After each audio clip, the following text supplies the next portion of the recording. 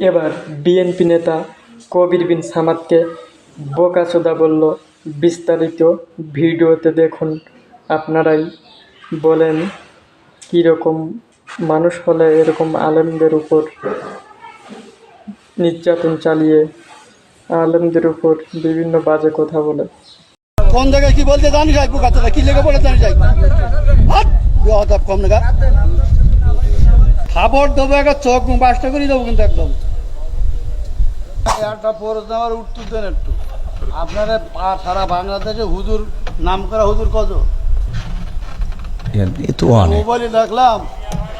মোবাইলে দেখলাম যে 5 জনের 5 রকম মত এই নামাজে। আপনারা হুজুর, আপনাদের পিছনে হাজার হাজার লোক নামাজ পড়ে, আপনাদের মধ্যে 12 রকম মত কেন? এটা আপনার প্রশ্ন। একজন বললো, প্রথম যে লোক বক্তব্য দিলে আলহামদুলিল্লাহ না পড়লে তার পিছনে যে দাঁড়ায় নামাজ হবে না। আচ্ছা, মানে এখন মূল প্রশ্ন হলো আমাদের মত এত বেশি কেন? এইটা এত মত বেশি কেন? বক্তব্য দিচ্ছেন, হ্যাঁ সব শুনলাম, আমাদের মধ্যে দ্বিধাবন্ধ দিচ্ছেন তো আপনারা।